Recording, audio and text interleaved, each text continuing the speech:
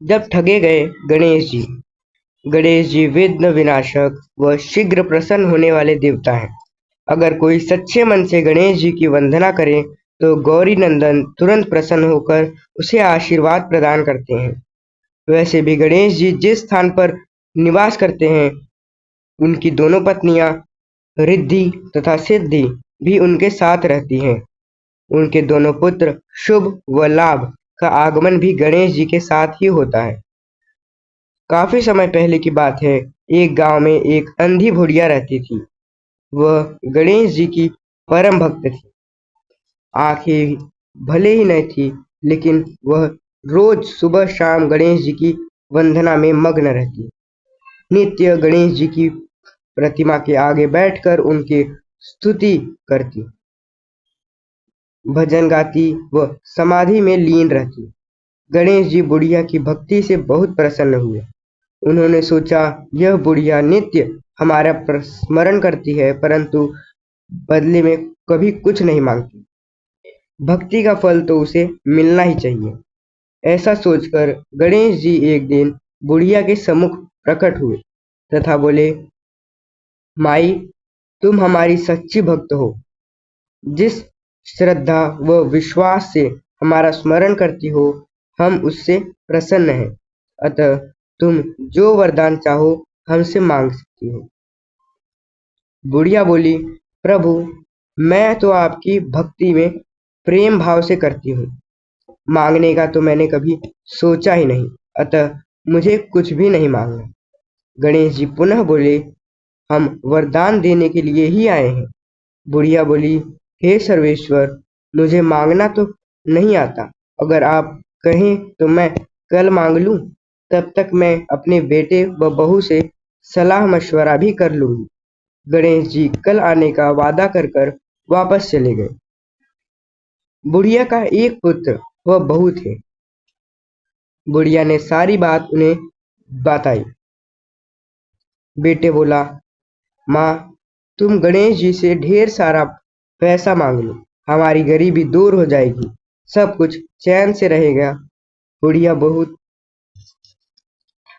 भोली थी।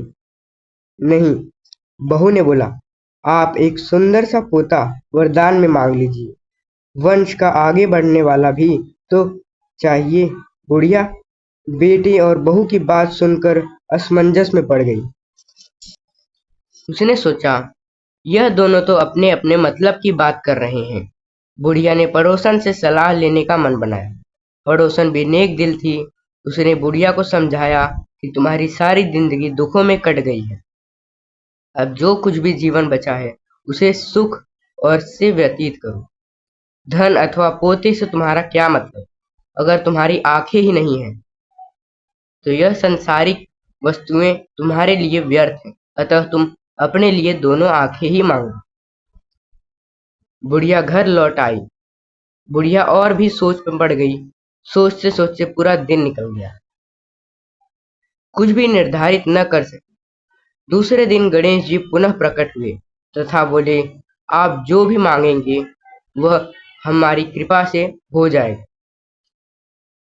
यह हमारा वचन है। गणेश जी के पावन वचन सुनकर बुढ़िया बोली, हे गणराज, यदि आप मुझसे प्रसन्न हैं तो कृपया मुझे मन इच्छित वरदान दीजिए। मैं अपने पोते को सोने के गिलास में दूध पीते हुए देखना चाहती हूँ। बुढ़िया की बात सुनकर गणेश जी उसकी सादगी व सरलता पर मुस्कुरा दिए। बोले, तुमने मुझे ठग ही लिया। मैंने तुम्हें एक वरदान मांगने के लिए बोला, परंतु तुमने एक वरदान में सब कुछ मांग लिया। तुमने अपने लिए लंबी उम्र तथा दोनों आंखें मांग ली, बेटे के लिए धन व बहू के लिए पोता भी मांग लिया। पोता होगा, ढेर सारा पैसा होगा, तभी तो वह सोने के गिलास में दूध पिएगा। पोते को देखने के लिए तुम जिंदा रहोगी, तब तुम देख पाओगी। अब देखने के लिए तो दो आंखें भी देनी पड़ेंगी।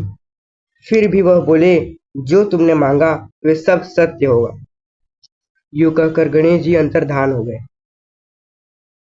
कुछ समय पाकर गणेश जी की कृपा से बुढ़िया के घर में पोता हुआ। बेटे का कारोबार चल निकला तथा बुढ़िया की आंखें भी की रोशनी वापस लौट आई। बुढ़िया अपने परिवार सहित सुख पूर्वक जीवन व्यतीत करने लगी।